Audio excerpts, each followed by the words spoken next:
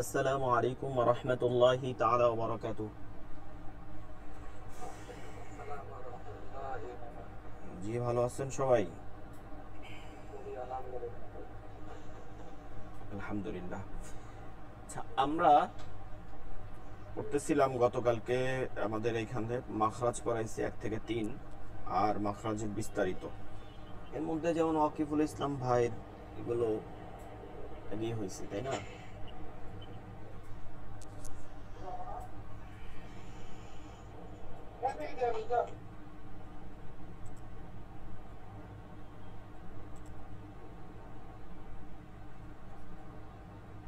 আপনাদের মোটামুটি মাখরাজের সম্পর্কে আগেই ধারণা হয়ে গেছে, ঠিক আছে, আগেই ধারণা হয়েছে। তো এই গ্রুপের যারা, তারা তো এখন খবর নাই।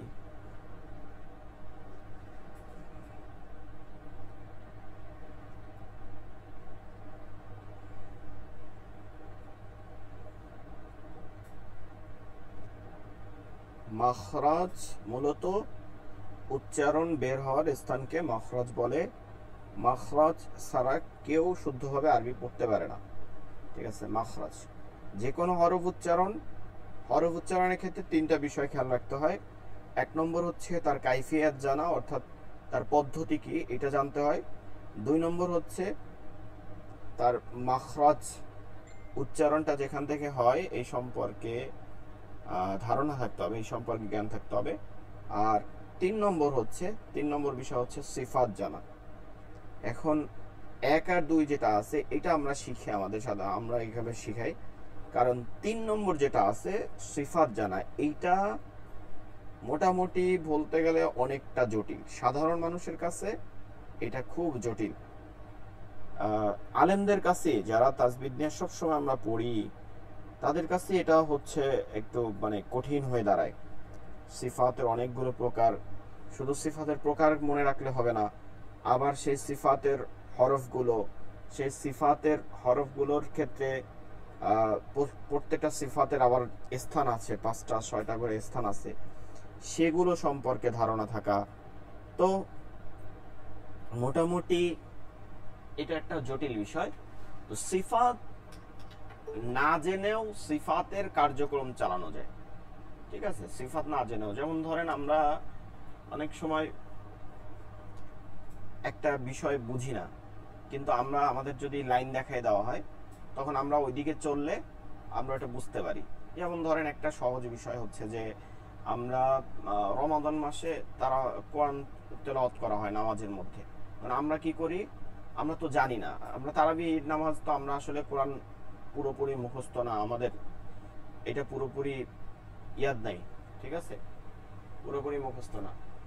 সো এই সম্পর্কে আমাদের অতটা জ্ঞান নাই। তো এখন আমাকে কি করতে হবে, যে আমি তো এত জানি না, তো আমি রমাদান মাসে এটা কিভাবে শুদ্ধ করে পড়বো, এবং পুরো কনসেপ্ট শুদ্ধ জানি না। তো এইটার জন্য আমাদের একটা বরকতপূর্ণ সময় হচ্ছে যে তারাবি নামাজে খতমে তারাবি, ঠিক আছে, কোরআন তেলাওয়াত খতমের মাধ্যমে তেলাওয়াত করা সুন্দরভাবে। আমরা নামাজও পড়তেছি, আবার নামাজের মধ্যে কোরআন খতম হয়ে যাচ্ছে। তো সিফাত আমরা শিখি কিভাবে, আমি এভাবে শিখাই যে আপনারা মাখরাজটা ভালো করে ধারণ করলে সিফাতের জ্ঞান হয়ে যাবে। আর আমি প্রত্যেকটা মাখরাজকে আবার ভেঙে ভেঙে পড়াই, দেখছেন যে সদের উচ্চারণটা কোথা থেকে হয়, সিনের উচ্চারণটা কোথা থেকে হয়, এরকম প্রতিটা ভেঙে ভেঙে পড়াই। এর মাধ্যমে হচ্ছে আপনাকে মাখরাজ পরিপূর্ণভাবে শেখানো হয়। তো এইটাই হচ্ছে কথা, যে আমাদের 3টা বিষয় শিখতে হবে। কাইফিয়াতটা, যেটা আমরা অলরেডি পড়ছি, প্রথম আরবি হরফের সময় কাইফিয়াত পড়ছি, মনে আছে, আলিফ বা তা সা প্রত্যেকটা ভেঙে ভেঙে বানান পড়াইছিলাম, ওইটা হচ্ছে কাইফিয়াত। 2 নম্বর হচ্ছে আমাদের মাখরাজ চলতেছে। যাই হোক, আমি আজকে পরিপূর্ণ ভিতরে চলে যেতে চাইছি, কিন্তু এখন পর্যন্ত এই মাত্র 2-3 জন জয়েন হয়েছে। তার মধ্যে ওয়াকিফুল ইসলাম ভাই, আব্দুর রহমান ভাই তো আগেই পড়া হয়েছে। জি, আমরা একটু দোয়া পড়ি, তওবা করে নেই, তারপরে পড়া নিব। আস্তাগফিরুল্লাহ রাব্বি মিন কুল্লি যামবিন ওয়া আতুবু ইলাইহি লা হাওলা ওয়ালা কুওয়াতা ইল্লা বিল্লাহিল আলিয়্যিল আযীম।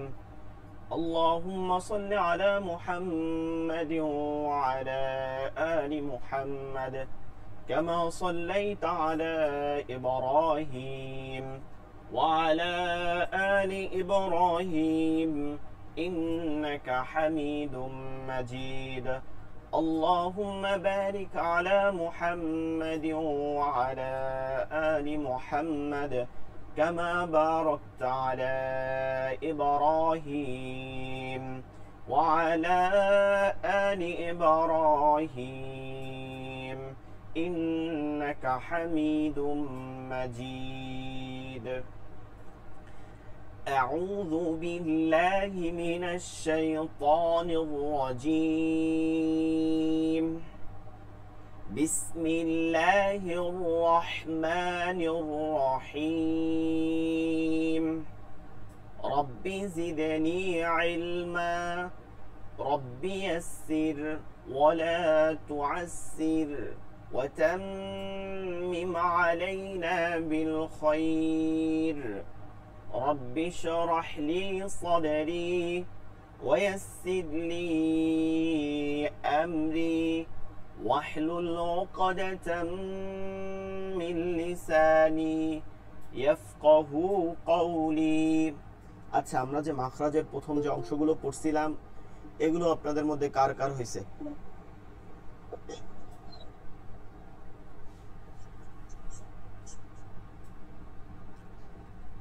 জি জি এই যে আমরা যেগুলো পড়ছি এগুলো আপনাদের হইছে বলেন রিয়াজুল করিম ভাই তারপরে আপনাদের হইছে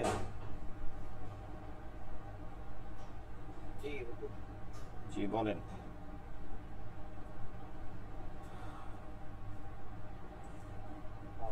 মাখরাজ উচ্চারণ বের হয় স্থানকে মাখরাজ বলে শুনতে পাচ্ছে হ্যাঁ হ্যাঁ শোনা যাচ্ছে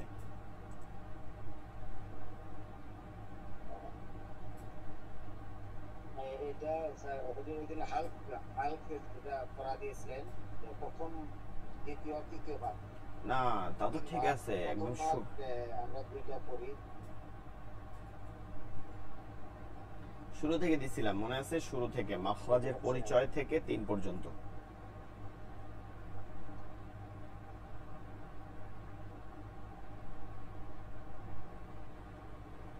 হ্যাঁ শুরুটা হয় নাই তাই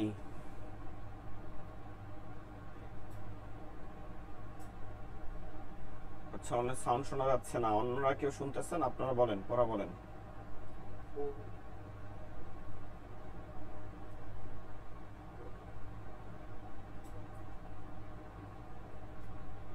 আমার সাউন্ড কি শোনা যাইতেছে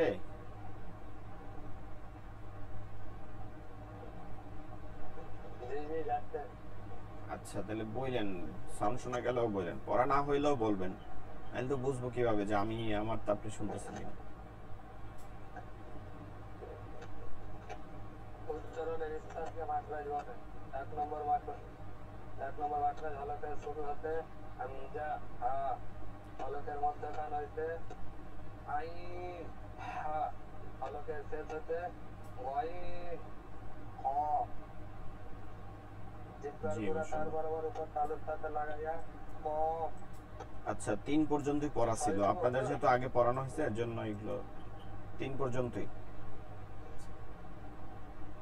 অন্য কারো হইছে আপনাদের কেউ পরিচয় বলতে পারবেন প্রথমগুলো মাখরাজ প্রথমত কয় প্রকার পড়াইছিলাম মাখরাজের সংজ্ঞা এগুলো মাখরাজ তো মাখরাজ উচ্চারণ বের হওয়া স্থানকে মাখরাজ বলে মাখরাজ 5 প্রকার হল লিসান শাফাতান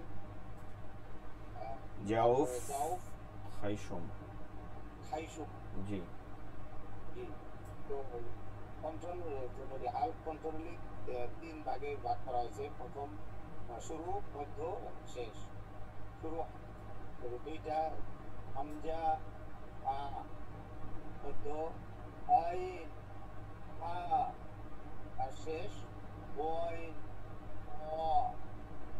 একটু কি দিচ্ছিলেন আচ্ছা মাখরাজ আরবি শব্দ মাখরাজ হচ্ছে আরবি শব্দ যার অর্থ হচ্ছে উচ্চারণ বের হওয়ার স্থানকে উচ্চারণ বের হওয়ার স্থান এর সংজ্ঞা হচ্ছে উচ্চারণের স্থানকে মাখরাজ বলে যে হরফ যে জায়গা থেকে উচ্চারিত হয় সে হরফের ওই জায়গাকে ওই হরফের মাখরাজ বলে। মাখরাজ প্রধানত 5 প্রকার: হালক, লিসান, শাফাতান, জাউফ, খয়শুম। ঠিক আছে, মাখরাজ মূলত প্রথমত 2 প্রকার। মাখারিজুল, এটা যে মাখারিজুল আম্মাতুন আর মাখারিজুল খাসাতুন, 2 প্রকার। এরপরে মাখারিজুল আম্মাতুন হচ্ছে এই 5 প্রকার। এরপরে এই যে 5 প্রকার আছে, এই 5 প্রকার হচ্ছে, প্রথম হচ্ছে হালক। হালক হচ্ছে কণ্ঠনালী। কণ্ঠনালী মাখরাজ হচ্ছে 3টা। কণ্ঠনালী মাখরাজ 3টা। হলকের শুরু বুকের দিকে। কোথায় দিকে? বুকের দিকে। এখান থেকে হামজা হ্যাঁ আওয়াজ বন্ধ করে, ঠিক আছে, হামজা হ্যাঁ হ্যাঁ হ্যাঁ, বাতাস বন্ধ হয়ে যাবে। হামজা হ্যাঁ, হামজা হ্যাঁ, বাতাস বন্ধ হয়ে যাবে। ঠিক আছে, এটার মধ্যে জাহরের এগুলোর সিফাত হচ্ছে বাতাস বন্ধ হয়ে যাওয়া। হামজা হ্যাঁ, হামজা হ্যাঁ, হামজা হ্যাঁ। শুধু মাখরাজ মুখস্থ করলে হবে না, আমাদেরকে কি করতে হবে? হরফগুলো পড়তে হবে। হালকের শুরু হইতে হামজা হ্যাঁ। 2 নম্বর মাখরাজ হলকের মধ্যখান হইতে আইন হ্যাঁ, আইন হ্যাঁ, আইন হ্যাঁ, আইন হ্যাঁ, হ্যাঁ, আইন হ্যাঁ, আইন হ্যাঁ। 3 নম্বর মাখরাজ হলকের শেষ হইতে, হলকের শেষ থেকে গাইন খা, গাইন খা, হলকের শেষ থেকে উচ্চারিত হবে গাইন খা, গাইন খা। এই 2টা হরফ হচ্ছে, এর মধ্যে একটা সিফাত হচ্ছে, এগুলো ইস্তিআলা। ইস্তিআলা মানে মোটা। কেন চিকন? মোটা পড়াইছিলাম আপনাদেরকে, চিকন আমি পড়াই নাই, বলছিলাম মোটাগুলো বাদে সব চিকন।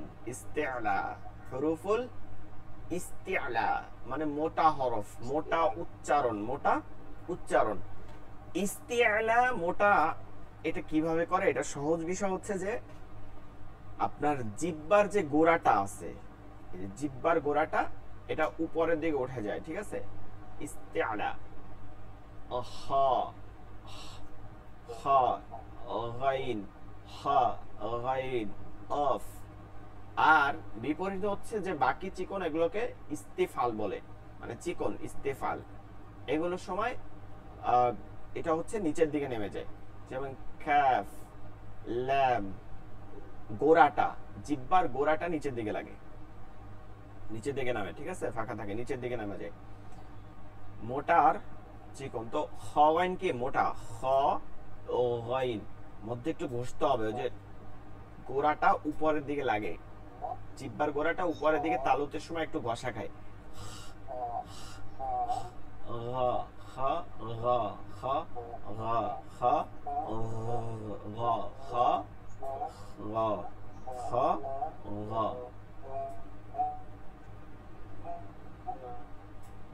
এরপর থেকে হচ্ছে, এরপর আপনার মনে রাখবেন 4 থেকে, আচ্ছা 4 থেকে, আমি যখন কথা বলি একটু বন্ধ করতে হবে আওয়াজ।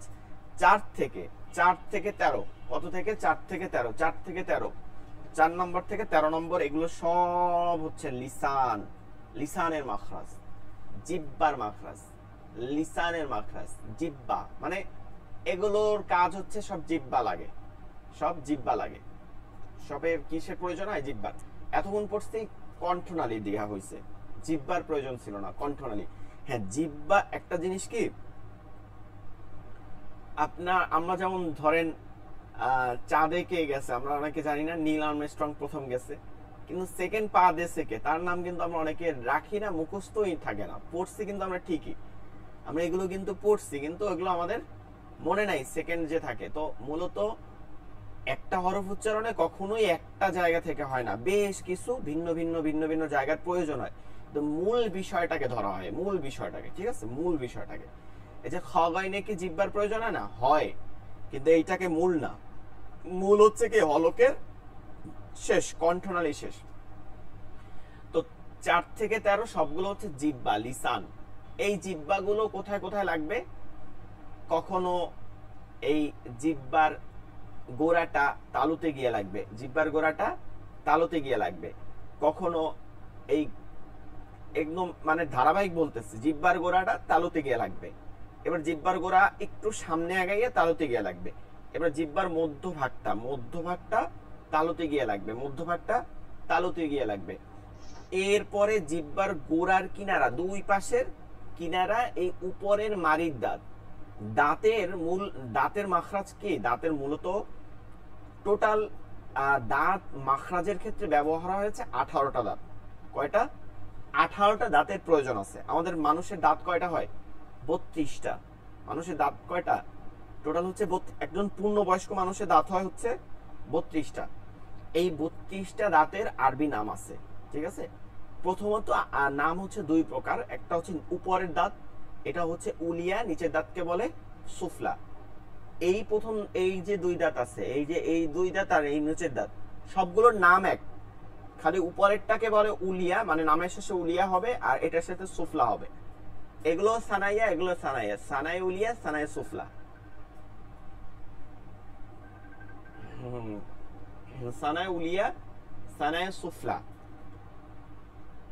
এই সানাই উলিয়া, সানায়া, এরপর হচ্ছে রুবাইয়া, এরপর হচ্ছে আনিয়াব, এরপর হচ্ছে দওয়াহিক, এরপর হচ্ছে তওয়াহিন, এরপর হচ্ছে নাওয়াজিস। এই হচ্ছে 32টা দাঁতের নাম। ওইটার আবার গুণ হবে নিচের দাঁতগুলো, তাইলেই 32টা হবে, 16টা দাঁত। এই যে সানাইয়া হচ্ছে দুইটা, প্রথমে বড় দুইটা দাঁত সানাইয়া, এর দুই পাশে দুইটা দাঁতকে বলে হচ্ছে রুবাইয়া, পরে দুইটা দাঁতকে রুবাইয়া। নিচের তাকেও কিন্তু বলে রুবাইয়া, নিচের তাকেও কিন্তু সানাইয়া বলে, কিন্তু এগুলোর সাথে উলিয়া যোগ হয়, এখানে সানাই উলিয়া, সানাই সুফলা, রুবাই উলিয়া, রুবাইয়া, সুফলা। এরপরের আবার দুইটা দাঁতকে, রুবাইয়াতের আবার দুই পাশে দাঁতকে বলে সানাইয়া, রুবাইয়া, আনিয়া। এরপরে হচ্ছে দওয়াহিক, এরপরে দুইটা দাঁতকে বলে আবার দওয়াহিক। এরপরের আবার হচ্ছে দওয়াহিক, তওয়াহিন। এরপরের তিনটা, এই দওয়াহিকের পরের তিনটা দাঁতকে, এদিকে তিনটা, এদিকে তিনটা, এদিকে তিনটা, এদিকে তিনটা, এই তিন তিন তিন করে যেগুলো লাগায়, এই টোটাল হচ্ছে এই উপরের এই 3 3 6টাকে বলা হচ্ছে তওয়াহিন। পরের একদম শেষের দুইটা দাঁতকে বলে হচ্ছে নাওয়াজিস, ঠিক আছে? এইগুলোকে, এই উপরের সবগুলোর সাথে উলিয়া যোগ হয়, নিচের গুলোকে হয় সুফলা। আর শেষের দওয়াহিক, তওয়াহিন, নাওয়াজিস, দওয়াহিকের একটা, তওয়াহিনের হচ্ছে 3টা, নাওয়াজিসের হচ্ছে একটা। এই টোটাল হচ্ছে কত হয়? 5টা। এই দিকে 5টা, এই হচ্ছে 10। আর এই দিকের নিচের বরাবর ওগুলো সুফলা, ওগুলো 10। এই 10 10 20টাকে বলে আদ্রস একসাথে। এর উপরেকে বলে আদ্রসে উলিয়া। এই হচ্ছে দাঁতের নাম, আপনাদের মুখস্থ রাখতে হবে এমন কথা না।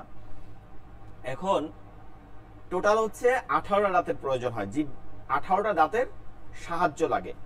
এই উপরের সব দাঁতের সাহায্য লাগে, সব দাঁতের, এই হচ্ছে 16টা। আর নিচে শুধুমাত্র এই দুই দাঁতের প্রয়োজন হয়, এছাড়া আর কোনো দাঁতের, আর নিচের কোনো 14টা দাঁতের কি নাই, কোনো প্রয়োজন নাই মাখরাজের ক্ষেত্রে। উপরের 16টা আর নিচের এই সানায় সুফলা দাঁত, এছাড়া আর কোনো দাঁতের প্রয়োজন হয় না। তা আমরা কোথায় ছিলাম? জিহ্বার মধ্যখান তার বরাবর তালুর সঙ্গে লাগাইয়া, এই জিহ্বার মধ্যখান তালুতেই লাগায় জিমশিনিয়া। তারপর হচ্ছে জিহ্বার গোড়ার কিনারা, দুই পাশটা আমরা ধরবো, এটা উত্তম, দুই পাশটা লাগাইয়া মারির দাঁতের গোড়ার সঙ্গে লাগাইয়া বত। এরপর জিহ্বার আগার কিনারা, আগার কিনারা মানে আগার কিনারা, আগা বললে কিন্তু সোজা হইতো, কিনারা মানে পাশে হইতে হবে।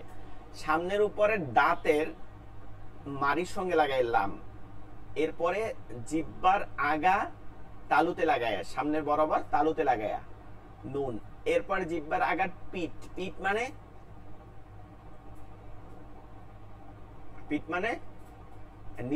নিচের সাইড, উপরের সাইড না, নিচের সাইড।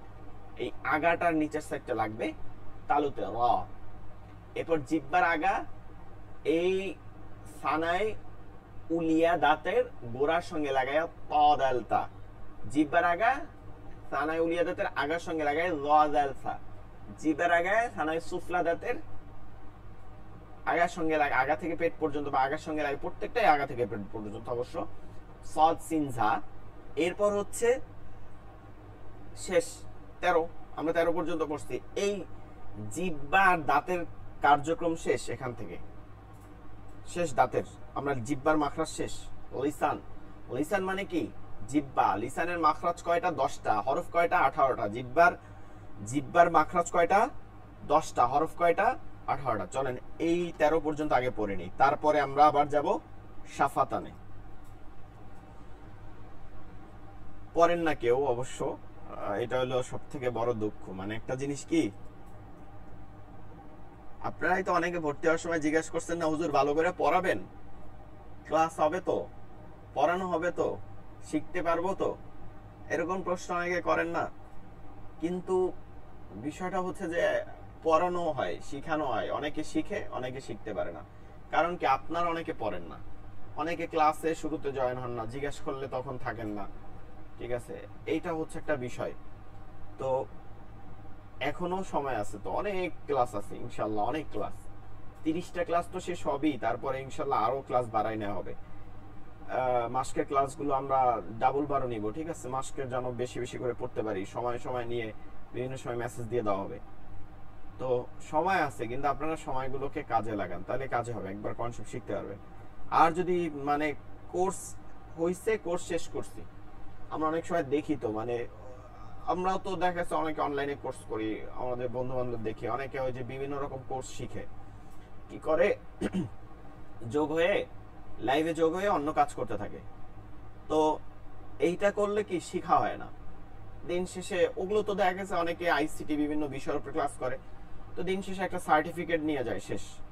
কিন্তু সার্টিফিকেট নিয়ে আমরা যখন হাফিজি পড়ছি, হিফজ পড়ছি, আমরা একটা বোর্ডের মাধ্যমে, কওমি মাদ্রাসা আছে বাংলাদেশে, বেফাকুল মাদারিসিন আরবিয়া, এখানে হিফজুল কোরআন শেষ করলে একটা পরীক্ষা হয়, সেখানে পরীক্ষা দিছি আমরা, ঠিক আছে। আমার সেখানে মুমতাজ, মানে সর্বোচ্চ রেজাল্ট যেটা, এটাকে মুমতাজ বলে, এইটা পাওয়া আছে, সার্টিফিকেট আছে। কিন্তু আমি হাফিজি বের হয়েছি 2010-এ, এখন চলে 25, এখন পর্যন্ত আমি মাদ্রাসা থেকে সার্টিফিকেট উঠাই আনি নাই।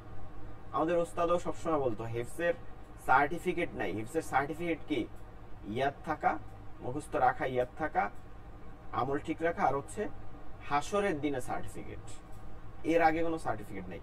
তো কোরআন শরীফ পড়ার অনেকে এরকম আগ্রহ থাকে, হুজুর সার্টিফিকেট দেন, সার্টিফিকেট তো হচ্ছে আপনি এটা দিয়ে কিছুই করতে পারেন না, আমরা তো অবশ্যই দিব, আপনাদের থেকে শুরু করব দিব, কিন্তু বিষয়টা হচ্ছে যে সার্টিফিকেট দিয়ে কিছু হবে না, শিখলে কিছু হবে। নামাজে কাজে লাগাইতে পারবেন, ইবাদত বন্দেগীতে কাজে লাগাইতে পারবেন, আপনি নিজে শিখতে পারবেন, আপনার ঘরের মানুষকে শিখাইতে পারবেন, সন্তানকে শিখাইতে পারবেন, মসজিদে বসে অন্য একজন, আমরা দাওয়াতে ইসলাম বলতে কি বুঝি, দাওয়াতে ইসলাম বলতে বুঝি যে অনেক কষ্ট করতে হবে, বিভিন্ন জায়গায় সফর করতে হবে, পরেই করতে হবে না। দাওয়াতে ইসলাম তো আরো সহজ, আপনি একটা লোককে বসাইয়া ধরেন, বসতেছেন 5 মিনিট 5-10 মিনিট, একটা সূরা সুন্দর করে তাকে বুঝাই দিলেন, এখান থেকে একটা আয়াত বুঝাই দিলেন, এটা ভুল আছে, এটা 2-3 বার পড়াই দিলেন, সে যতদিন এই শুদ্ধভাবে পড়বে ততদিন আপনার এই তার সমান নেক আমল আপনার আমল নামায় যোগ হইতে থাকবে। এটা আপনার একটা দাওয়াতি কাজ করলেন। তো এর জন্য আপনাকে শিখতে হবে, খালি ই করলে হবে না। ক্লাসের দিক খেয়াল করেন। 4 নম্বর, জিহ্বার গোড়া, দেখেন 4-5 একসাথে মুখস্থ করবেন, সহজ বিষয়। জিহ্বার গোড়া তার বরাবর তালুর সঙ্গে লাগাইয়া, মানে জিহ্বার গোড়া বরাবর তালুর সঙ্গে লাগাইয়া, এখানে যে লেখা আছে না 2 নুক্তা বলা, এটা অনেকে বোঝার জন্য সহজ করে দেওয়া হয়েছে, এটা লাগে না, এটা ছাড়াই বলেন। জিহ্বার গোড়া তার বরাবর উপরে তালুর সঙ্গে লাগায় কফ, তার বরাবর উপরে তালুর সঙ্গে লাগায় কফ। নাম্বার মুখস্থ করতে হবে না, শুধু এতটুকু, জিহ্বার গোড়া তার বরাবর উপরে তালুর সঙ্গে লাগাইয়া কফ, ঠিক আছে, কফ। জিহ্বার গোড়া তার বরাবর উপরে তালুর সঙ্গে লাগাইয়া কফ। সবাই 10 বার পড়েন তো, জিহ্বার গোড়া তার বরাবর উপরে তালুর সঙ্গে লাগাইয়া কফ। জিহ্বার গোড়া দেখে দেখে 10 বার পড়েন।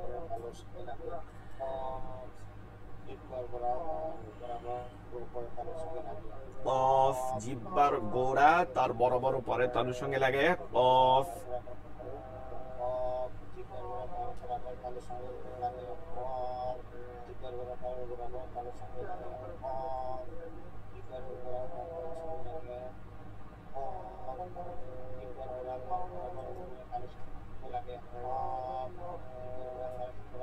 তালুর সঙ্গে লাগে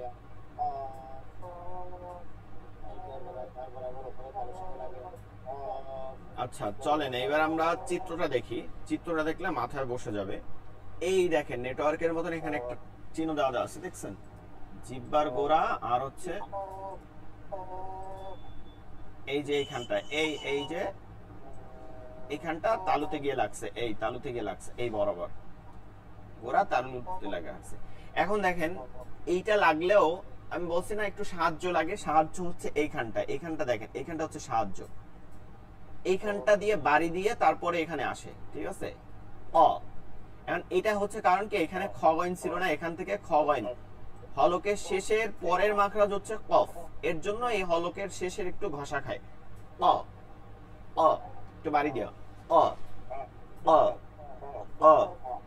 অফ অফ অফ, ঠিক আছে? Of of. এটাও মোটা হরফ, তাই না? মোটা হরফ, হরফুল ইস্তিআলা।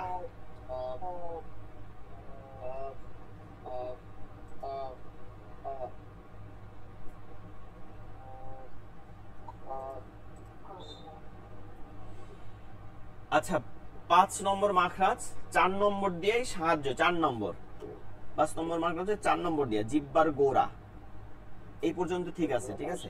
শুধু এতটুকু এক হইতে একটু আগে বাড়িয়া, ঠিক আছে? জিহ্বার গোড়া হইতে একটু আগে বাড়িয়ে, জিহ্বার গোড়া হইতে একটু আগে বাড়িয়ে, মানে গোড়া থেকে একটু সামনে যাবে, আর কিছু না। জিহ্বার গোড়া হতে একটু আগে বাড়িয়ে তার বরাবর উপরে, এরপর সব ঠিক আছে। তার বরাবর উপরে তালুর সঙ্গে লাগায়া, মধ্যখানা লাগবে না, শুধু কাফ বলেন। জিহ্বার গোড়া থেকে একটু আগে বাড়িয়ে তার বরাবর উপরে তালুর সঙ্গে লাগায়া কাফ, জিহ্বার গোড়া থেকে একটু আগে বাড়িয়ে, জিহ্বার গোড়া হইতে একটু আগে বাড়িয়ে তার বরাবর উপরে তালুর সঙ্গে লাগায় কাফ।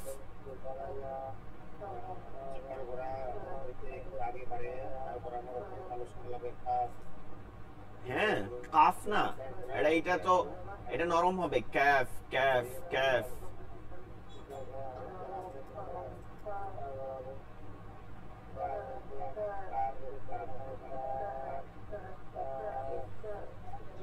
জিহ্বার গোড়া থেকে একটু আগে বাড়িয়া তার বরাবর উপরে তালুর সঙ্গে লাগাইয়া কাফ, জিহ্বার গোড়া থেকে একটু আগে বাড়িয়া তার বরাবর উপরে তালুর সঙ্গে লাগাইয়া কাফ।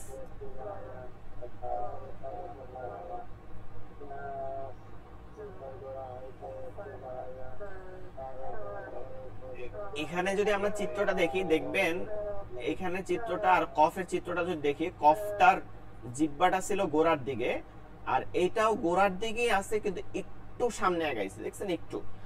আর কফের ক্ষেত্রে এইখানটায়, এখানটা দাগ দেওয়া ছিল, এখানটায়, ঠিক আছে? এখানটা ভরা ছিল, কারণ এখান থেকে বাড়ি দিয়ে আসে, কারণ এখানের পরের মাখরাজ হচ্ছে কফ। কিন্তু এটা যেহেতু কফের পরে, এর জন্য ওই গোড়া হইতে একদম একটু আগাইয়া তালুতে প্রয়োজন আছে, এখানে আর গলার মধ্যে নেওয়া যাবে না, এর জন্য এটা নরম হয়ে গেছে।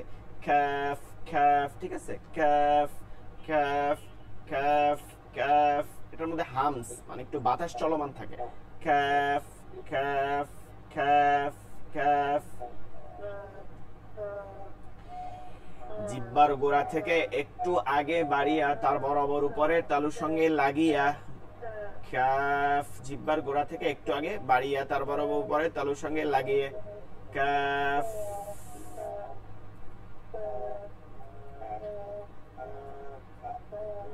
ছয় নম্বর মাখরাজ জিহ্বার মধ্যখান, একদম মধ্যখানে চলে আসছে, তার বরাবর উপরে তালুর সঙ্গে লাগায়। এই যে মধ্যখান, দেখেন মধ্যখান বরাবর তালুর সঙ্গে লাগিয়ে, মধ্যখান বরাবর তালুর সঙ্গে লাগিয়ে 3টা হরফ হয়। কিন্তু বললাম না যে সিফাত পড়া আমাদের প্রয়োজন আছে, প্রথম দিকে বলছিলাম সিফাত পড়ার প্রয়োজন আছে, কারণ কি সিফাতে ভিন্ন ভিন্ন হয়, কিন্তু সিফাত অনেক কঠিন দেখে আমরা এইখান থেকে সিফাত পড়তেছি। এইটাই সিফাত, 3 জায়গা দেওয়া হয়। সেটা কি একদম মধ্যভাগটা, মধ্যভাগ এইভাবে লেগে গেছে, কোনো ফাঁকা নাই, মাঝখানে কোনো ফাঁকা নাই, মধ্যভাগটা একদম লেগে যাবে, এইভাবে শক্ত করে হবে জিম। আগা কিন্তু লাগবে না, জিহ্বার আগা কিন্তু দাঁতে লাগবে না, শুধু মধ্যভাগ, জিম জিম। পরেরটার মাঝে আপনারা দেখেন আগাটা যেভাবে লেগে গেছে, এটা কিন্তু একটু সামনের দিকে আসছে ঝুঁকে। আর 2 নম্বর, এটা অতটা লাগে না, একটু সাদা হয়ে, ওই যে মাঝখানে একটা সাদা দাগ দেওয়া আছে, এটার মাঝখানে একটু ফাঁকা হয়ে গেছে, বাতাস চলতেছে এই ফাঁক দিয়া, এটা তাফাসসি বের হচ্ছে, ঠিক আছে, বাতাস বের হচ্ছে। শিন, জিহ্বা আর তালুর মাঝখান থেকে বাতাস বের হবে, শিন শিন শিন শিন শিন শিন শিন। এবার তৃতীয় চিত্রতে দেখি, যদি তৃতীয় চিত্র যেটা আছে দেখেন, ইয়ার ক্ষেত্রে দেখেন তো একটু ভালো করে আবার জিমে যান, জিমে গিয়ে দেখেন পুরাটা লেগে গেছে, পুরাটা। ইয়াতে গিয়ে দেখেন মাঝখানে একটা সাদা দাগ হইছে, দেখছেন মাঝখানে, এটার মাঝখান থেকে বাতাস বের হচ্ছে। ইয়ার ক্ষেত্রে জিহ্বার আগা কিন্তু দাগ দেয়া আছে, কিন্তু এটা মিলে না, এতটা মিলে না, এটার মাঝখান থেকে আর ওই এই সাদাটা এটা মিলে না, এটা ফাঁকাটা, আর বাতাসও বের হবে না, কিন্তু মিলবেও না এতটা, কিন্তু এটাও কিন্তু শক্ত হবে, মধ্যখান থেকেই হবে। ইয়া ইয়া, এটাকে আমরা অনেকে ভুল করি কি ইয়া বলে ফেলাই, জিমের মাখরাজ থেকে বলি, জিমের মাখরাজ থেকে হবে কিন্তু ভিন্ন জায়গা থেকে হবে। ইয়া ইয়া, শক্ত হবে তার মধ্যে নরম, ইয়া, জিম শিন ইয়া, জিম শিন ইয়া। এবার মাখরাজ মুখস্থ করেন, জিহ্বার মধ্যখান তার বরাবর উপরে তালুর সঙ্গে লাগাইয়া জিম শিন ইয়া, জিহ্বার মধ্যখান তার বরাবর উপরে তালুর সঙ্গে লাগায় জিম শিন ইয়া।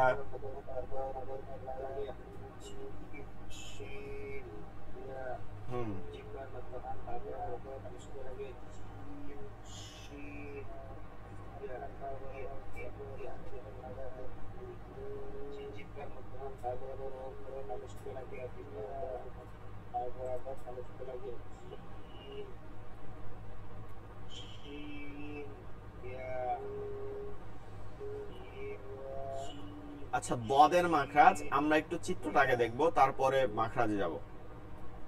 চিত্রটা দেখেন,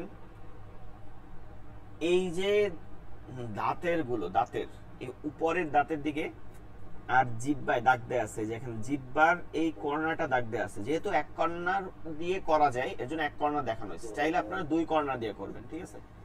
এই যে এইখানটা দাগ দেওয়া হয়েছে, দেখছেন এইখানটা, এই জিহ্বার এই কর্নারটা, গোড়ার কর্নার, আবার দুই দিক থেকে করার সময় এই গোড়ার কর্নার।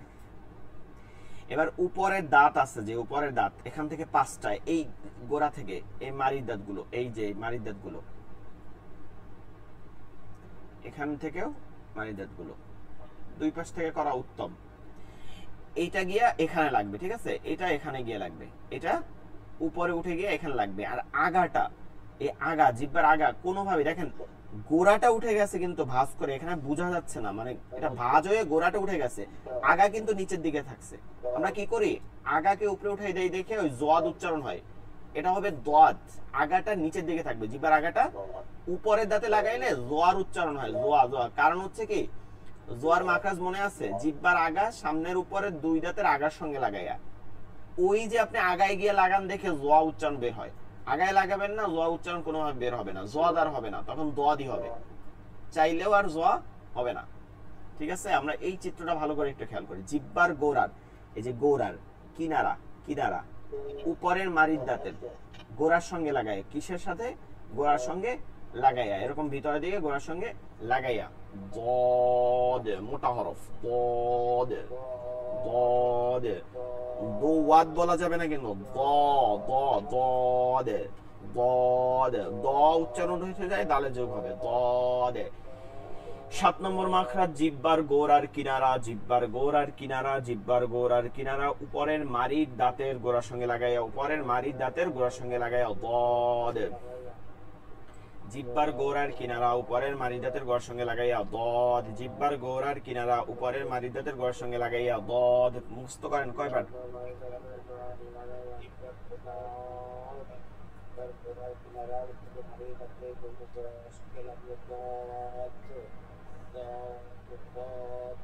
জিহ্বার গোড়ার কিনারা উপরের মারির দাঁতের গোড়ার সঙ্গে লাগাইয়া, উপরের মারির দাঁতের গোড়ার সঙ্গে লাগাইয়া, মারির দাঁতের গোড়ার সঙ্গে লাগাইয়া, দদ।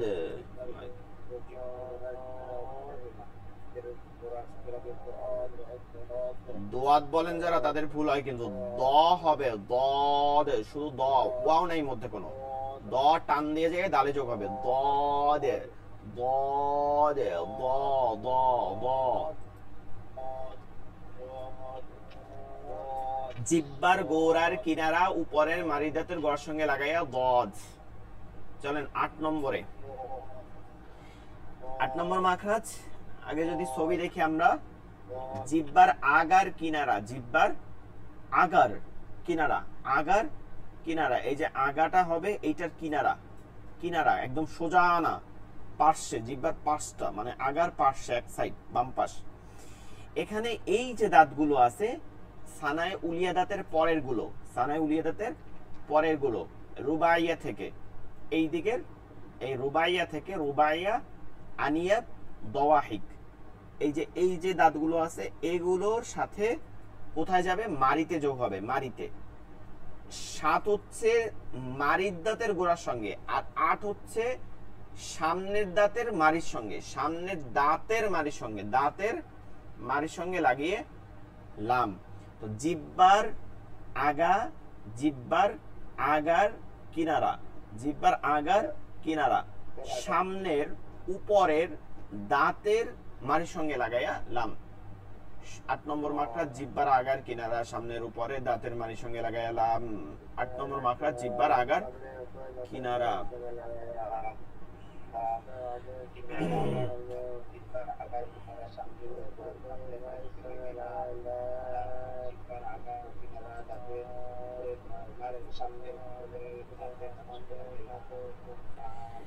জিব্বার আগার কিনারা, সামনের উপরে দাঁতের মারির সঙ্গে লাগাইলাম। জিব্বার আগার কিনারা, সামনের উপরে দাঁতের মারির সঙ্গে লাগায়া লাম। জিব্বার আগার কিনারা, সামনের উপরে দাঁতের মারির সঙ্গে লাগায়া লাম, লাম, লাম।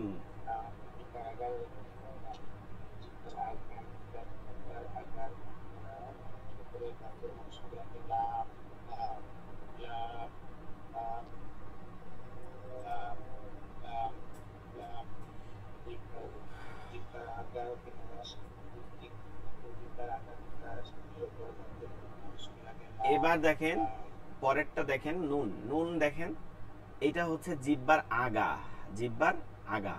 আগা বলতে আর কিনারা বলে নাই, দেখছেন? এর জন্য সামনের দিকের আগাটা এরকম দুই সাইডের আগা, আগা, ঠিক আছে? আগায় আনিয়াব পর্যন্ত, এই সাইডের আনিয়াব, এই সাইডের আনিয়াব পর্যন্ত, একদম এই দাঁতগুলোর যে তালু আছে না, মানে মারি ছাড়াইয়া যে তালু, ভিতরের দিকে যে তালু, এই যে দেখেন জিব্বাটা লাগছে কেন তালুতে, তালুতে গিয়া লাগবে, ঠিক আছে?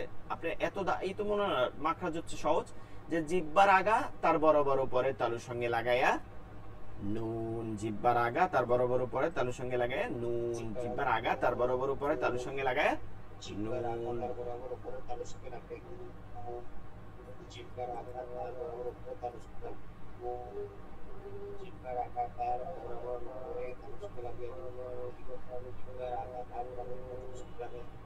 এরপরে হচ্ছে 10 নম্বর মাকরাজটা বলা হয়েছে জিব্বার আগার পিঠ, পিঠ, ঠিক আছে? পিঠ। একটু খেয়াল করেন প্রথম চিত্রটা যদি আমরা খেয়াল করি, জিব্বাটা দেখছেন ঘুরে গেছে, এটা আমরা নিচের সাইড না, নিচের সাইড, কিন্তু ওই নিচের সাইডের আগাটা গিয়া এই তালুতে লাগছে, ওই নুনের ওই যেখানে লাগছে না, নুনেরও যেখানে লাগছে তালুতে, নুনেরও যেই তালুতে লাগছে জিব্বা, রয়েরও সেই তালুতেই লাগবে, কিন্তু আগাটার পিঠটা লাগবে, কোথায় লাগবে? পিঠ সাইডটা ঘুরে যায়, পিঠ সাইডটা লাগবে, এই যে এভাবে ঘুরে গেছে। এই চিত্রটা দি, এইটা খেয়াল রাখেন, বড় চিত্রটা, এই যে দেখেন ঘুরে গেছে, ঠিক আছে? খেয়াল রাখেন এইটা, আর এইটা দেখেন ভালো করে, এটা কিন্তু ঘুরে না, এটা আগাটা লাগাই দিচ্ছে, আগাটা লাগাই দিচ্ছে জিব্বার তালুতে, আর এইটা কি হয়েছে? ঘুরে গেছে, কিন্তু এই ঘুরে আগা লাগাইছে ঠিক, কিন্তু ঘুরাইয়া এই আগাটা লাগাইছে কিন্তু, ঠিক আছে? আর তালু কিন্তু একই জায়গায় আছে, তালু একই জায়গায় আছে। তো 10 নম্বর মাখরাজকে জিব্বার আগার পিঠ তার বরাবর উপর, এই পিঠ লাগানোর কারণেই র হইছে র, পুরো হয়ে গেছে, মোটা হয়ে গেছে, র, র, র, র, ঠিক আছে? র, র, ইয়াও, ইয়াও জিউন, ইয়াও, ইয়াও জিউন, এই যে ইয়াও, ইয়াও জিউন, র, র, র, শক্ত হয়ে গেছে, মোটা হয়ে গেছে, এটা ইয়াও, র, র। 10 নম্বর মাখরাজ জিব্বার আগার পিঠ তার বরাবর উপরে তালুর সঙ্গে লাগাইয়া র, জিব্বার আগার পিঠ তার বরাবর উপরে তালুর সঙ্গে লাগাইয়া র, জিব্বার আগার পিঠ তার বরাবর উপরে তালুর সঙ্গে লাগাইয়া র, জিব্বার আগার পিঠ। এটাকে অনেক ভাবে বলা যায়, আপনি চাইলে জিব্বার উল্টা সাইড তার বরাবর উপর তালুর সঙ্গে লাগাই এরকম বলা যায়, জিব্বার আগার উল্টা সাইড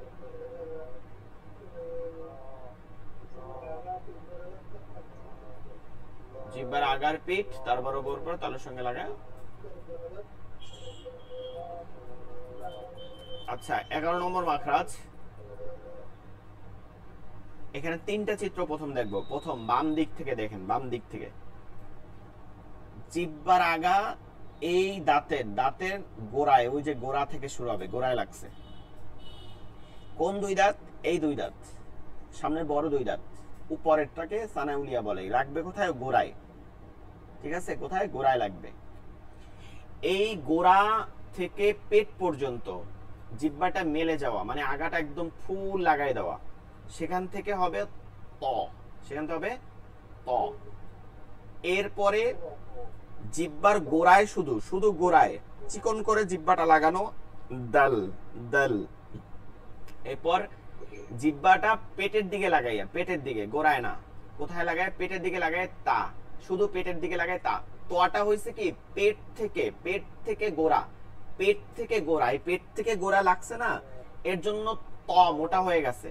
ত বেশি জিহ্বার প্রয়োজন হয় দেখে ত মোটা হয়ে গেছে। এরপর জিহ্বাটা শুধু গোড়ায় লাগাইয়া দাল দাল দাল দাল। এরপর জিহ্বাটা পেটে লাগাইয়া, শুধু গোড়ার দিকে পেটে লাগাইয়া তা তা তা তা তা। ঠিক আছে, মাখরাজ পড়বো কি আমরা? মাখরাজ তো সহজ ভাবে পড়বো। মাখরাজটা হচ্ছে এই জিহ্বার আগা, আমরা মাখরাজটা বলি। জিহ্বার আগা সামনের উপরের দুই দাঁতের গোড়ার সঙ্গে লাগায়, জিহ্বার আগা সামনের উপরে দুই দাঁতের গোড়ার সঙ্গে লাগায়, সামনের উপর দুই দাঁতের গোড়ার সঙ্গে লাগায় ত দেলতা ত দেলতা। জিহ্বার আগা সামনের উপরের দুই দাঁতের গোড়ার সঙ্গে লাগাইয়া ত দেলতা। জিহ্বার আগা সামনের উপরে দুই দাঁতের গোড়ার সঙ্গে লাগাইয়া ত দেলতা ত দেলতা।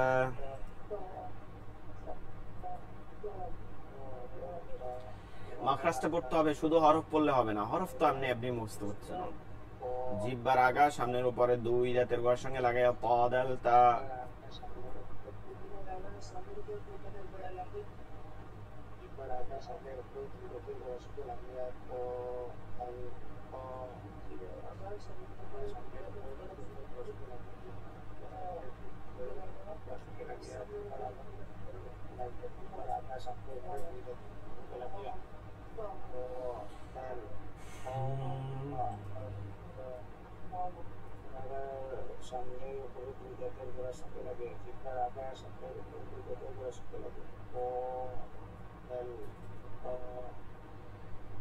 পরেরটা দেখেন, চিত্র দেখেন আগে। জিহ্বার আগাটা সামনের দাঁতের আগায় লাগছে, আগায়।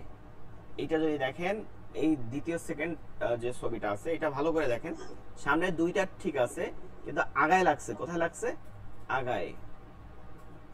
এইটার সাথে মিলান, তুলনা দেন এইটার সাথে, দেখেন তো দাঁতটা বেশি চেনা যাচ্ছে না, মানে গোড়ায় লাগছে। আর এইটার সাথে কি হয়েছে? দাঁতটা আগায় লাগছে, দাঁত কম চেনা যাচ্ছে। কিন্তু এখন আপনারা এইটা থেকে তো আমাদের লেকচার শিট থেকে মুখস্থ করলে এখান থেকে কিন্তু আপনি এরকম পাবেন। এখন অনেক সময় ওই যে আরেকটা বই দিছি নুরানি, ওইখানে একটা ছবিতে আছে, ওইখানে দেখবেন যে 12 নম্বর কিন্তু সৎ সিনজা একটু পরেরটা আগে নিয়ে আসা হয়েছে। এর জন্য আবার আউলাই ফেলাই না, এই দেখে যে এখানে কি বলে, এটা তো নিচের দাঁত বলতেছে, ওটা কিন্তু সৎ সিনজার মাখরাজ। তো এটা সহজ করার জন্য তোয়াদালতার সাথে লোয়াদালসা পড়লে সহজ হয়ে যায়, এর জন্য আমার এইভাবে গুছানো। তো 12 নম্বর মাখরাজ কি? এই যে জিহ্বার আগা সামনের উপরের দুই দাঁতের পেট থেকে, মনে আছে, পেট থেকে গোড়া পর্যন্ত হচ্ছে তোয়া, ওইটা পড়ছিলাম 11তে। আর এবার হবে পেট থেকে আগা পর্যন্ত, পেট থেকে আগা পর্যন্ত ল, এর জন্য এটা মোটা হয়েছে। পেট থেকে আগা, এই পেট থেকে আগার দিকে আসবে। পেট থেকে গোড়ার দিকে হইলে কি হয়? ক হয়। পেট থেকে গোড়ার দিকে হইলে কি হয়? ক। আর পেট থেকে আগার দিকে লাগলে কি হয়? ল। তারপরের ভাই ল ল। পেট থেকে আগার দিকে কি হয়? ল ল ল। কোনো শব্দ আসবে না, জ হবে না। জ কিন্তু নিচের দাঁতে লাগে, আপনার জিহ্বাটা গিয়ে নিচের দাঁতে। ল ল ল। নিচের দাঁতে কোনোভাবে লাগাবো না। ল ল ল। ওই যে জ যারা বলেন সবাই ঝায়ের মাখরাজে নিয়ে যান, এর জন্য এটা হয় ল।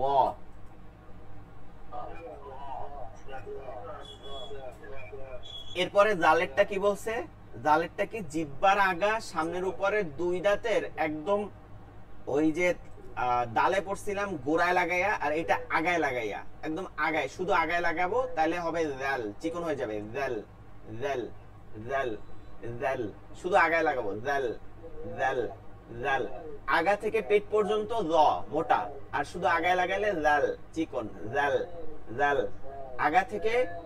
আগা থেকে গোড়া পেট পর্যন্ত লাগাইলে ইস্তেআলা, হুরুফুল ইস্তেআলা। আর আগা থেকে শুধু আগা দিয়ে লাগাইলে হুরুফুল ইস্তিফআল, মানে চিকন হরফ, হুরুফুল ইস্তিফআল। আগা থেকে শুধু আগায় লাগাইলে, এটা হচ্ছে সিফাত এটার। আর জিহ্বার আগা, জিহ্বাটা বের করে দিয়ে আগায় লাগাবো, আগাটা বের হয়ে যাবে। এবার দাঁতের আগায় লাগাবো, মাঝখানে ফাঁকা থাকবে, এটা হচ্ছে থা। থা, এটা কি থা? থা, জিহ্বাটার ভিতরে থাকবে না, জিহ্বাটা বের হয়ে যাবে, গোপন থাকবে না। থা থা থা থা থা। তাহলে মাখরাজটা মুখস্থ করে ফেলেন। জিহ্বার আগা সামনের উপরে দুই দাঁতের আগার সঙ্গে লাগায়, জিহ্বার আগা সামনের উপরে দুই দাঁতের আগার সঙ্গে লাগায় ওয়া জাল সা। জিহ্বার আগা সামনের উপরে দুই দাঁতের আগার সঙ্গে লাগায় ওয়া জাল সা, আগার সঙ্গে লাগায় ওয়া জাল। তাহলে জিহ্বার আগা সামনের উপরে দুই দাঁতের গোড়ার সঙ্গে লাগাইয়া ত দাল তা, আর জিহ্বার আগা সামনের উপরে দুই দাঁতের আগার সঙ্গে লাগাইয়া দ দাল সা। গোড়াতে গিয়া ত দাল তা, আর আগাতে গিয়া দ দাল সা। গোড়াতে গিয়া ত দাল তা, আগাতে গিয়া দ দাল সা। গোড়াতে গিয়া ত দাল তা, আগাতে গিয়া দ দাল সা। মনে থাকবে, জিহ্বার আগা থাকবে ঠিক, গোড়াতে লাগে হবে ত দাল তা, আর আগাতে লাগে হবে দ দাল সা।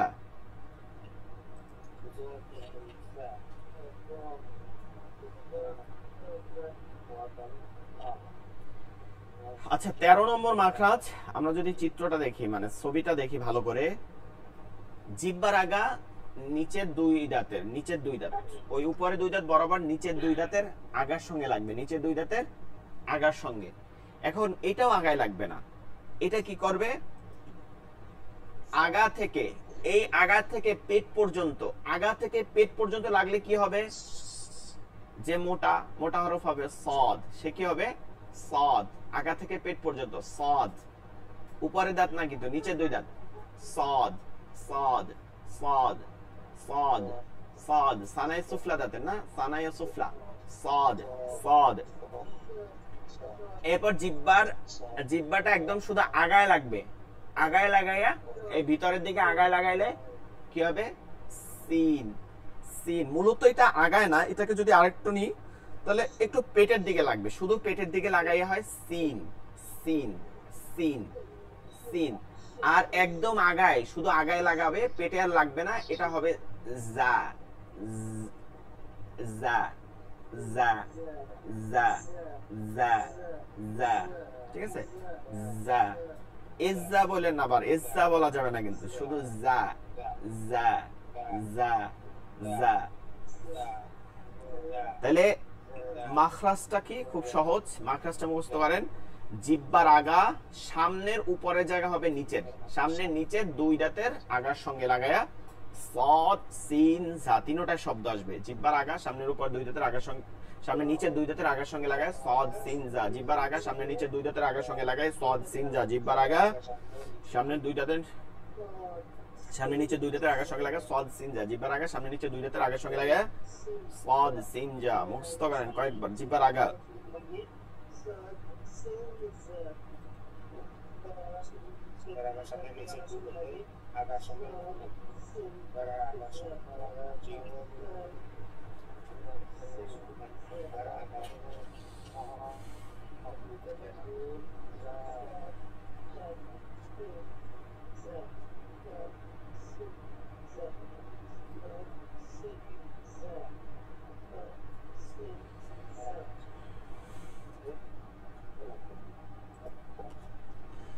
আচ্ছা, লিসান শেষ। লিসান মানে কি? জিহ্বা। লিসান মানে জিহ্বা। জিহ্বার মাখরাজ কি? শেষ। দাঁতের মাখরাজ, দাঁতের মাখরাজ আছে এখনো, জিহ্বার মাখরাজ শেষ। এরপর হচ্ছে শাফাতান। শাফাতান হচ্ছে কি ঠোঁট, দুই ঠোঁট, শাফাতান, দুই ঠোঁটকে বলে কি শাফাতান। তাহলে 14 নম্বর মাখরাজ, আমরা 14 নম্বর মাখরাজ যদি পড়ি, চিত্রটা দেখি, নিচে ঠোঁটের পেট উপরে দুই দাঁতের আগার সঙ্গে লাগাইয়া, ওই দুই দাঁত ঠিক আছে আগার সঙ্গে লাগাইয়া কি হবে, ফা উচ্চারিত হবে, ফা ফা ফা ফা। এই পেট মানে এই আগাটা এই পেটে গিয়ে লাগবে, ঠিক আছে, ফা ফা ফা, উপরে দুই দাঁতের। আমরা তা এটা পড়ে একটু সংজ্ঞাটা, সংজ্ঞাটা একটু পড়ি। নিচের ঠোঁটের পেট সামনের উপরে দুই দাঁতের আগার সঙ্গে লাগায়, নিচের ঠোঁটের পেট সামনের উপরে দুই দাঁতের আগার সঙ্গে লাগে, নিচের ঠোঁটের পেট সামনের উপরে দুই দাঁতের আগার সঙ্গে লাগায়, ফা ফা ফা। সামনের উপরে দুই দাঁতের আগার সঙ্গে লাগে,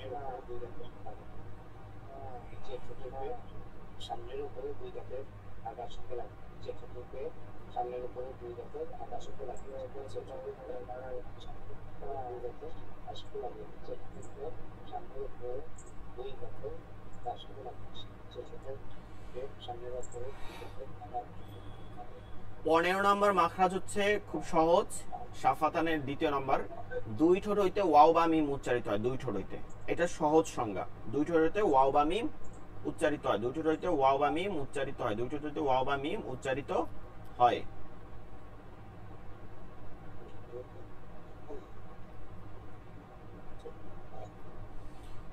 দুই ঠোঁট হইতে ওয়াও বা মিম উচ্চারিত হয়। ওয়াও হচ্ছে ঠোঁট গোল করতে হবে, ওয়াও এর ক্ষেত্রে কি করতে হবে, ঠোঁট গোল করতে হবে, এই রকম একদম গোল হইতে হবে এবং এক আঙ্গুল পরিমাণে ফাঁকা থাকবে, ঠিক আছে। এই wow W W W wow wow, ঠোঁট গোল হয়ে যাবে, wow wow wow wow wow wow wow. এরপরে বা ঠোঁটের ভিজা জায়গা থেকে, ভিজা ভিজা এই যে ভিতরের দিকে যে জায়গাটা যেটা দিয়ে আমরা এইমাত্র ফা উচ্চারণ করছি, ওই দুইটা ঠোঁট লাগে যাবে বা বা বা বা। আর মিম ঠোঁটের সামনের জায়গা বা শুকনা জায়গা থেকে, মিম ঠোঁটের শুকনা জায়গা থেকে, মিম ঠোঁটের শুকনা জায়গা থেকে, মিম ঠোঁটের শুকনা জায়গা থেকে, মিম মিম মিম মিম। তাহলে মাখরাজটা কি, দুই ঠোঁট হইতে ওয়াও বা মিম উচ্চারিত হয়, ওয়াও বা মিম উচ্চারিত হয়। 15 নম্বর মাখরাজ, দুই ঠোঁট হইতে ওয়াও বা মিম উচ্চারিত হয়, 15 নম্বর মাখরাজ, দুই ঠোঁট হইতে ওয়াও বা মিম উচ্চারিত হয়। মাখরাজটা আরো বিস্তারিত করা যায় এভাবে, 15 নম্বর মাখরাজ, দুই ঠোঁট হইতে ওয়াও বা মিম উচ্চারিত হয়, ওয়াও ঠোঁট গোল করিয়া মুখ খোলা রাখিয়া বা ঠোঁটের ভিজায় ভিজায় মিম ঠোঁটের শুকনা জায়গা, ঠিক আছে। দুই ঠোঁট হইতে ওয়াও বা মিম উচ্চারিত হয়, ওয়াও ঠোঁট গোল করিয়া মুখ খোলা রাখিয়া, মুখের মধ্যে খোলা রাখতে হবে, অনেক পরিমাণ না, এক আঙ্গুল পরিমাণে, বা ঠোঁটের ভিজা ভিজায়, ভিজায় ভিজায় মানে ভিজা জায়গা থেকে, বা বা বা বা, মিম ঠোঁটের শুকনা জায়গা থেকে, মিম ঠোঁটের শুকনা জায়গা থেকে। দুই ঠোঁট হইতে ওয়াও বা মিম উচ্চারিত হয়, ওয়াও ঠোঁট গোল করিয়া মুখ খোলা রাখিয়া বা ঠোঁটের ভিজায় ভিজায় মিম ঠোঁটের শুকনা জায়গা।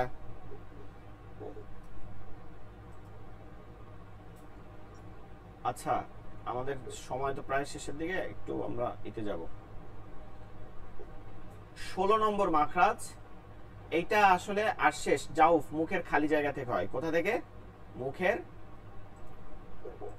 মুখের খালি জায়গা থেকে, মুখের খালি জায়গা থেকে কি উচ্চারিত হয়, মাদের হরফ উচ্চারিত হয়, মাদের হরফ উচ্চারিত হয়, মাদের হরফ, মাদ মানে টানা টানা, এই যে টানতে যে হরফগুলো হয় সেগুলো উচ্চারিত হয়। মাদের হরফ তিনটি মূলত, জবরের বাম পাশে খালি আলিফ, জের বাম পাশে জজম আলিফ, পেশের বাম পাশে জজম আলিফ, এগুলো পড়া লাগবে না, শুধু এতটুকু পড়েন, মুখের খালি জায়গা হইতে মাদের হরফ উচ্চারিত হয়, মুখের খালি জায়গা হইতে মাদের হরফ উচ্চারিত হয়, মাদ অর্থ টেনে পড়া, ঠিক আছে। যেমন বাবু, হ্যাঁ যেমন বাবু বি, বাবু বি, এরকম মুখের ফাঁকা জায়গা থেকে বের হয়ে আসে।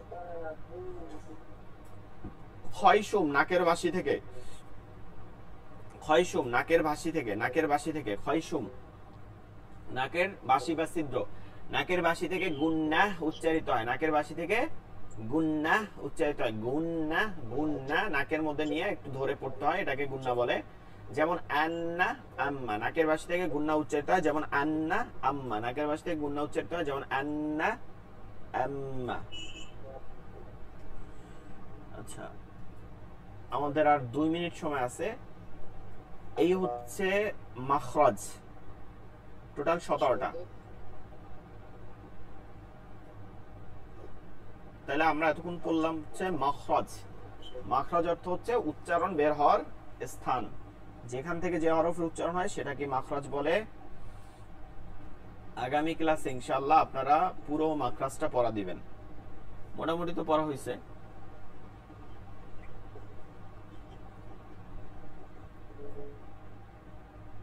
পুরো মাখরাজটা কি করবেন, পড়া দিবেন আগামী ক্লাসে। কারো কোনো সমস্যা আছে এটা নিয়ে?